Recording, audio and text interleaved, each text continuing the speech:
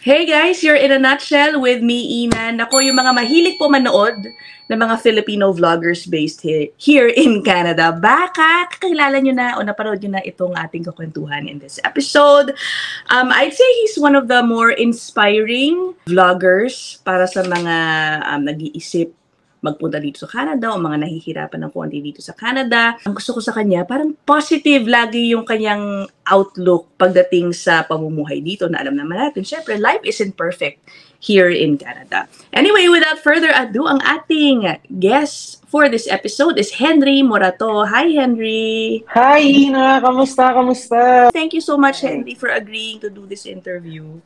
Thank you so much for inviting me as well. Oo, alam mo, I have to admit, I just started following Henry siguro a few months pa lang, okay? And sabi ko nga, I'm so happy dahil you're always positive sa mga videos mo. Actually, balanse ako eh. Hindi siya more on pure positivity rin naman siya pure negative. More on, let's say, 60-70% positive, 30% negative. Gusto ko yung approach mo lagi na ito ang pwedeng gawin. Alam mo, we don't discourage people or make them feel na, wag ka na magpunta dito sa Canada, talaga may diba? Hindi ka gano'n. Kasi may mga gano'n eh. Yun yung never kong sinabi. I always say dun sa mga nanonood sa akin din na Canada isn't a bed of roses, of course, but the opportunity is there. Pero one thing's for sure, you need to work for it. I always say din sa mga viewers ko na Canada likes a person who is always active, who is always seeking for growth. Pero kapag, of course, ikaw ay kabaliktaran nun, yun din ang mangyayari sa'yo, yung kabaliktaran. Correct. Alam mo, I think Henry is also in a good position to be talking about, migrating to Canada. Kasi, based on your last vlog, and congratulations on this, nakuha niya ang kanyang dream job dito sa Canada na maging isang settlement worker, di ba? Ibig sabihin, tumutulong po sa mga bagong dating dito sa Canada, including na syempre sa mga bagong dating na mga Pilipino. Tama ba yun? Tama. Actually, yesterday, tinitignan ko siya. Nag-browse lang ako. Nakita ko yung post na yon April 4 of 2022. And then sinabi ko nga na ang dream job ko is maging isang settlement worker, tumulong sa mga Filipinos, especially also Filipinos na bagong dating dito sa Canada. And lo and behold, after 1 year, after 11 months, nakuha ko yung trabaho na yun. 11 months lang? Oy, mabilis lang din yun, ha? Ano yun? How did you end up having the job? Ibig sabihin, were you always working a job na inline dyan? Oh, good question. So actually, 3 years akong naging isang, what they call this, social services worker or mental health worker sa downtown east side, sa East Hastings mismo ng Vancouver, which is alam natin madaming, hindi ko gusto sabihin yung salitang homeless, pero nandun sila the same time nababayan, pero mga citizen na may mga pinagdadaanan. So doon ako nagtrabaho for 3 years itself. And then a lot of things happened, of course, that I've shared in my vlog as well. Kaya ako nag-seek na rin ng, alam mo yon, new mission sa buhay. Gusto ko mag-change ng ng bagong serbisyo, and this time I want to serve the Filipino people naman. Yun na yung start. Yun na yung nag-start. Nag-apply. If I'm not wrong, nag-apply ako June. Tinawagan na nila ako May or June. Tinawagan na nila ako December. Wow, ang tagal. Ganun katagal, ang tagal. Pero actually, hindi lang yun yung pinasahan ko. Madami silang pinasahan ko. Kung hindi ako nagkakamali, nasa 6 or 7 silang pinasahan ko. Pero isa lang yung tumawag. And then tumawag nga, December na. So, pero at least natupad. Oo nga, congratulations. Siyempre, alam naman natin, not everybody is as blessed. Blessed ang ginagamit kong term to work the job that they actually like, di ba, here in Canada. Lalo na kapag nag-uumpisa, bagong salta pa lang dito, alam niyo naman yung mga kwento lagi na don't expect na makukuha mo yung same job mo. Not to say that it doesn't happen, it happens to some. Pero you've been here in Canada for ilang years na, Henry? Magsi 6 years pa lang ako dito. Why did you leave pala the Philippines? Why did actually yung sa misis ko, very good kami sa Pilipinas eh. Actually really good kami. Even sa work, even financially, goods naman kami sa Pilipinas. Pero more on frustration. This is just sa mga viewers mo, of course. And this is just my own personal opinion and experience. Kaya ako nag-move. And more on frustration when it comes to environment. Because I live in Metro Manila itself. Frustration when it comes to, alam mo na, social services, things like that. Correct. Actually, yun yung time na yung wife ko dapat mag-move siya sa Philippines kasi we're actually really doing good. And then that time is nagkaroon ng Wait, your wife is here talaga has been here all this time? All this time. Okay. And actually matagal kaming magkarelasyon na hindi ako sumasama sa kanya. And ayokong sumama sa kanya kasi ba't ako aalis ng Pilipinas? I'm doing good eh. And that time nagkaroon na ng road construction, etc. sa Pilipinas na nagsarado yung business ko for 3 months. If it's okay to you for you to share, what was your business back in car painting and car wash? Actually, very, very good siya. But then again, yung ginawa yung kalsada sa tapat, 3 months akong sarado. Ang dami kong nilabas na pera just to maintain the business itself. Kahit na sarado ka, madami ka pa rin mini-maintain mga tao, mga staff mo na nagtatrabaho doon for them to maintain para hindi sila umalis. Of course, the frustration was there. And nag-compile na lahat.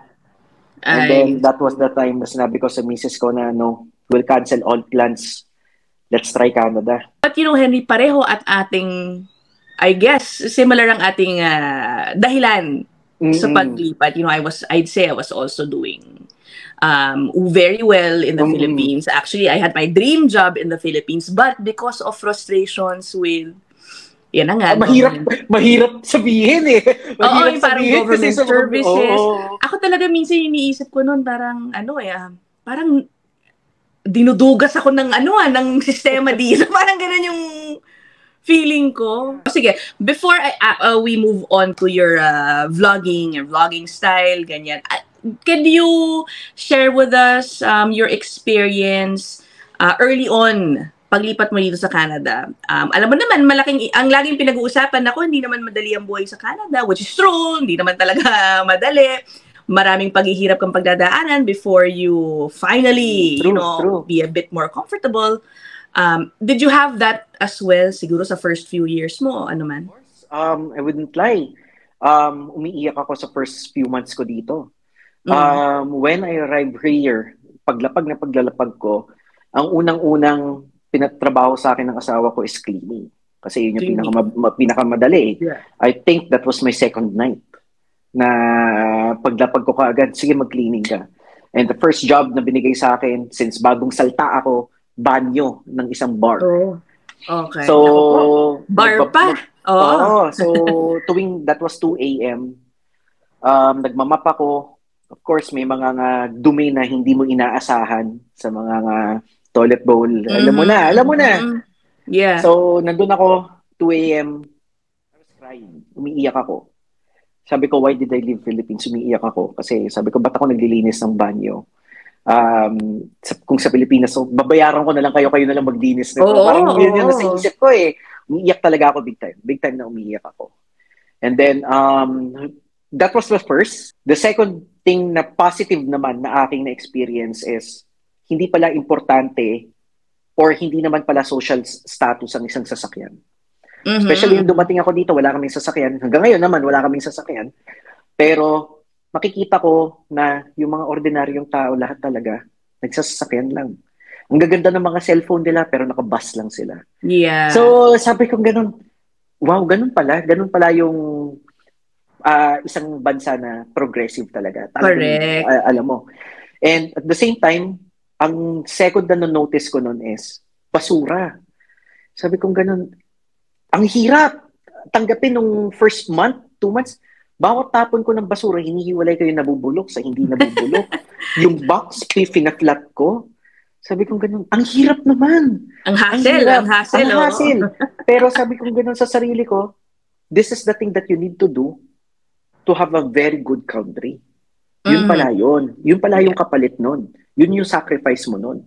So, yeah. And then, as time goes by, then nag-cleaning ako for 3 days lang dahil hindi ko talaga kinaya, umiiyak ako. nag-apply ako sa Starbucks, nakuha ka agad ako sa Starbucks sa airport. Sa airport naman, since ako lang yung lalaking Starbucks doon, ako yung taga-kuha sa inventory. Mga taga-load, unload, load ng mga basura, linis. Kasi ako yung lalaki, more on. Of course, I'm not sinasabing discriminate ako, pero naiintindihan ko kasi more on physical work talaga. And naiintindihan ko na ako talaga yung physically demanding na may capability.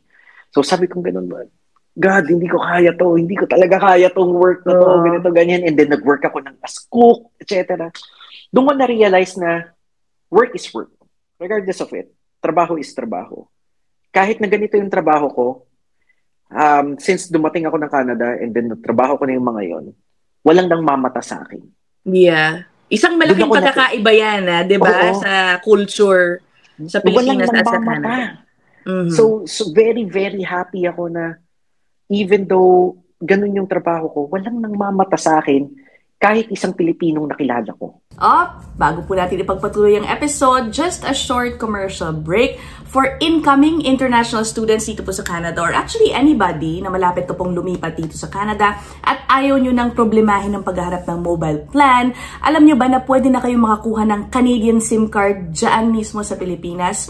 Pwede po kayo mag-avail ng mobile plan from Canadian SIM, which is powered by Rogers and Fido.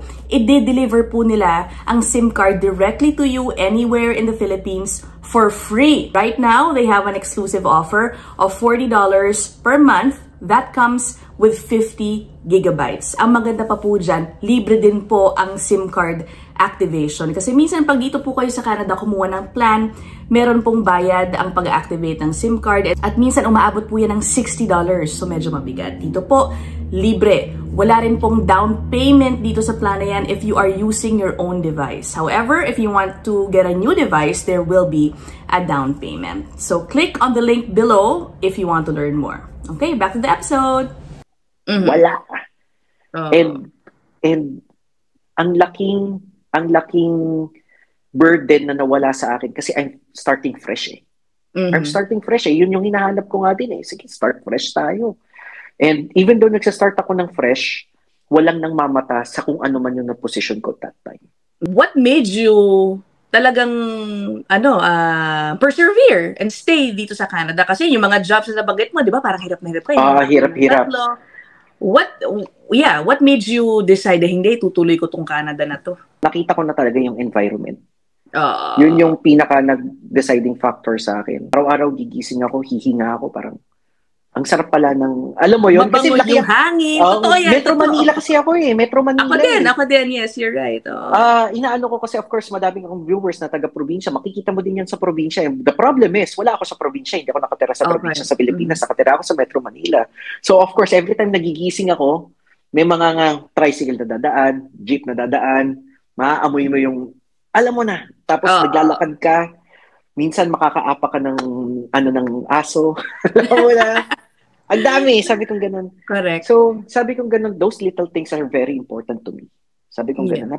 Yun yung araw-araw na nirereklamo ko sa Pilipinas. And then, that time, 2018 and then came 2019, araw-araw gumigising ako. Hindi ko na iniisip yung mga yun. Sabi ko, araw-araw naglalakad ako sa kalsada, hawak-hawak ko yung cellphone ko. Never kong naisip na baka may humabol sa akin or ano. Ganun pala ka-importante at kasarap yung feeling na yun. I totally understand. Dahil I guess, ganyan din ang ugali ko. It's so sad when you think about it.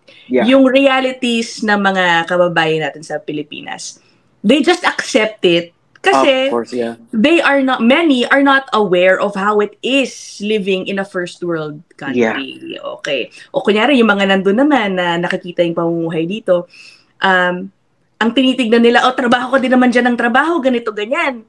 Ba't ka pa lumipat dyan? Para lang maglinis ng bahay, mga ganito, ganyan. Dapat dito ko na lang sa Pilipinas. Diba, that's the mindset na that they have. Pero, parang hindi natin ma-explain, ang hirap ipaliwanag until they really experience the difference eh.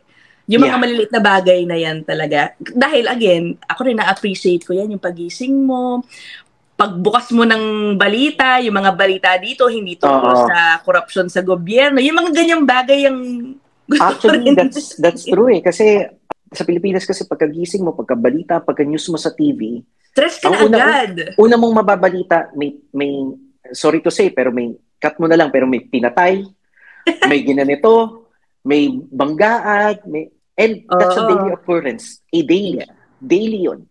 They would say here, it happens as well, pero it's not as rampant doon. Yes, and that's it does happen, maybe once a week. Yes, meron din naman talaga, pero basta, ibang level. Yung sa Pilipinas. Meron din namang mga sindikato dito. Of course. At may problema rin ng kahirapan dito, guys. Definitely. Oo.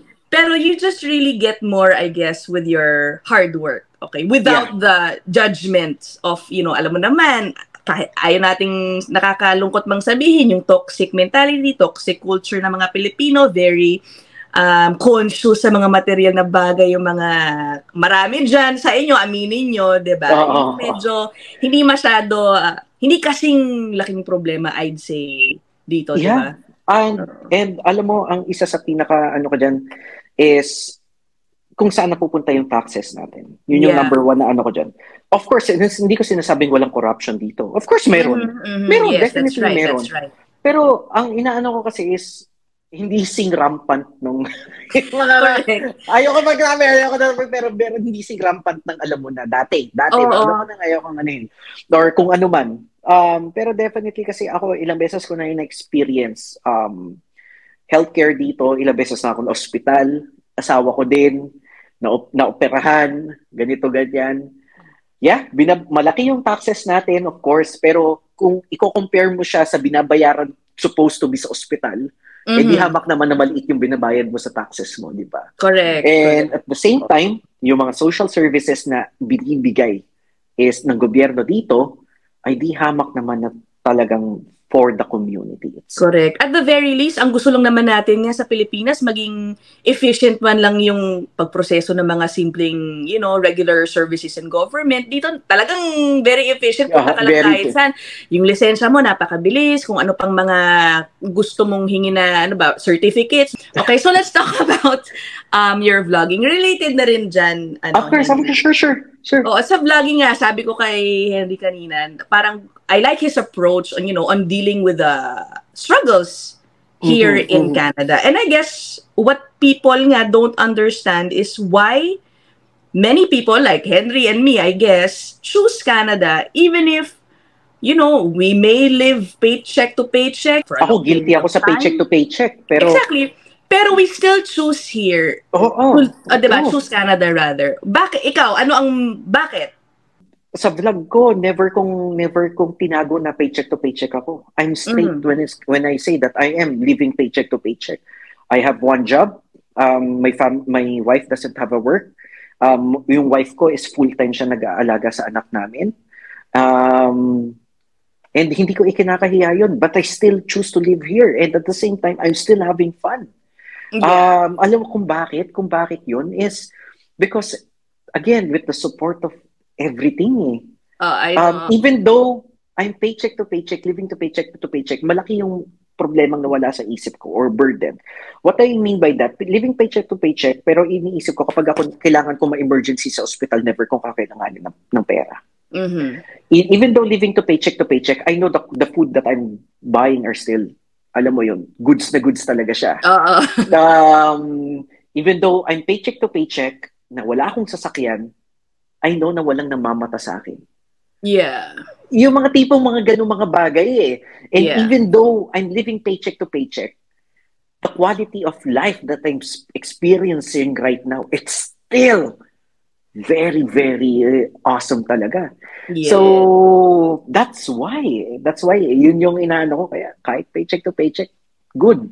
And at the same time, I know for a fact na this will not last forever. Correct. I know for a fact na time will come na makakaalis ako sa situation na to, and alam mo yon, there will be a more positive outcome to my life. Depende yan sa plano niyo sa buhay. Kung plano, hindi kayo magplano, baka talagang paycheck to paycheck kayo. True. True. habang buhay, hindi po ba? Yan yung parati kong sinasabi sa mga nanonood din sa akin, of course, that Canada, if you have no plan here, wala kang plano dito, and you're always like, bahala na si Batman, or happy-go-lucky person ka, Canada doesn't like that. If ikaw ay yung tipo ng taong happy-go-lucky or bahala na si Batman, Canada doesn't like that. Hindi gusto ni Canada yon. So, always have a plan talaga. So, even though you have paycheck to paycheck situation, kailangan meron ka pa rin plan on, alam mo yon, on the long end. Kasi kung hindi, patay ka. It will end up talaga na pangit. Pero, kaya medyo madaming tao na, alam mo yon, kasi more on, kung ano yung situation mo right now is madaming ina-accept nila kung ano yun. Which is, on my opinion kasi, you should not. So, what am I trying to say? So, kung ito yung currently na pera na natatanggap mo, huwag kang papayag na yan na yun. So, correct. Of course, there should be always a plan A, B, C para umangat pa yung pera mo. Regardless of the job itself, kailangan meron kang gagawin. Kasi the moment na tinanggap mo kung ano lang yung tinatanggap mo dito sa Canada, lalong-lalo na at hindi ka nag-a-adapt sa situation ng Canada, ay patay ka. I'm sure you deal with a lot of bashers din. Yung mga kumukontra, sabihin, hindi naniniwala, nako, puro ka ganyan. I doubt na talagang happy ka sa Canada. Nako, wag ka nang mandamay pa ng iba. Yung mga ganyan. But how do you deal with them? And ano usually sinasabi mo sa kanila pag nakakakuha ka ng ganyang comments? Minsan pumapatol ako once every 2 months. Parati kasi pag nasa mood ako, papatol ako once every 2 to 3 months. Papatol ako, pa isa-isa lang. Pero kasi, it's more of ignorance yan. 7 bansa pa lang naman ang nabibisita ko for a vacation. And every country has its pros and cons. And every country, there's always na Pilipinong successful, may Pilipinong hindi successful. Correct. Every country yan. Every country. But the people who are saying or bashing kung ano man yung Canada or bansang to, it's always about the ignorance. Bakit? It's usually about 1-2 bansa pa lang napupuntahan nila, 1-2, 3 pang bansa lang napupuntahan nila, or it's either about never nilang na-experience yun. Or it's either ignorance or talagang sobrang ubod ng yaman nila. Yun lang yun.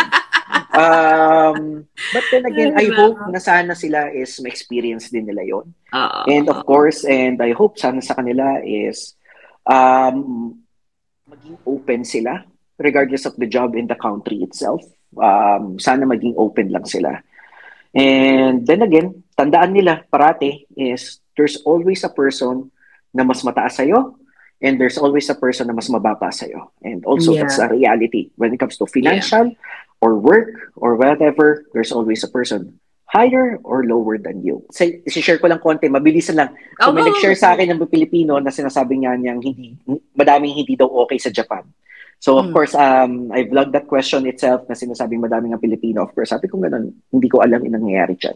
Of course. Pero may mga Pilipinong sinasabing okay sila sa Japan. May mga Pilipinong sinasabing hindi sila okay sa Japan. So again, it goes both ways eh. Yes. At the end of the day, kung masaya ka, dun ka. Walang ano dyan. Kung ayaw mo, umalis ka. It's simple as that. Do something about it, diba? Kung miserable ka sa isang lugar, edi, kung kinaya mong umalis ng pinanggalingan mong Pilipinas, kaya mo rin bumalik, hindi ba? Or try something else. Hindi ka puno. Diba? Yun yung, you're not a tree. Hindi ka nakistasyon sa isang lugar lang. So, you're free to do whatever you want. Diba? Kung gusto mo umalis, hindi mo kaya, again, it's all about adaptability. Again, be open to hearing both stories of happiness, diba? Course, success here in Canada. At the same time, naman, makinig din kayo ng mga pinagdadaan ng mahihirap nung iba nating kababayan. But we hope you also accept that there are people who are thriving and are happy with their decision to move to Canada. That's true. With that's all the problems that comes with it. There are a lot of more mga tao dito na they're doing good, they're doing well, pero hindi lang sila nag-vlog. Or hindi lang sila, tahimik lang sila. Oo, wala silang time katulad namin eh. Wala silang pakialam. Wala lang silang time.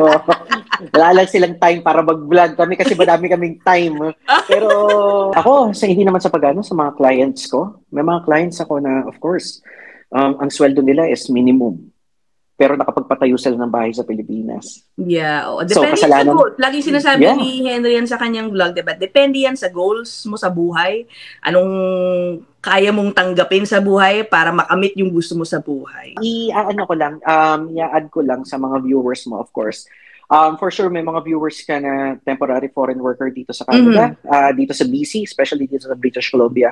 Kung ikaw ay close work permit, temporary foreign worker with close work permit or employer-specific, ikaw ay nagkakaroon ng problema, of course, naabuso ka ng employer mo, whatever, feel free to message me. Of course, I'll get back to you as soon as I can. Ma-assist kita mag-complain or whatever, pwede kitang ma-assist ng pag-apply ng open work permit for vulnerable workers. All services are free. Especially also if you are having financial difficulties when it comes to groceries, renta, wage loss. Then again, those all things, pwede natin tayong kumuha ng assistance doon. Kailangan mo ng network when it comes to the consulate itself or migrant workers office. Pwede kong i-provide yon, everything. Of course, feel free to message me lang. And again, all services are free. Thank you so much for your time. Maraming salamat, Henry, sa inyong tips. Follow nyo po ang kanyang social media. Akala mo, no? Ang dami ko rin. Pero si Henry, sobrang times 10 times 1,000 ang kanyang following compared to mine.